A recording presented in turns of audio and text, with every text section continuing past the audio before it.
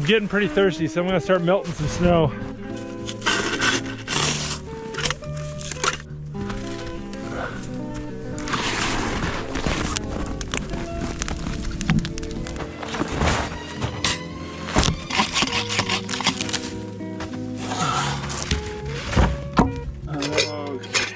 I filled that pot full of snow up to the brim, and you can see it's only about a third full of water.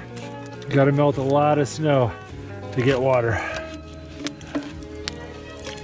You see there's a bunch of dirt, pieces of wood in the bottom of the pot. No matter how clean the snow looks, there's always stuff in it. It's harmless, but you know, you don't want to drink it.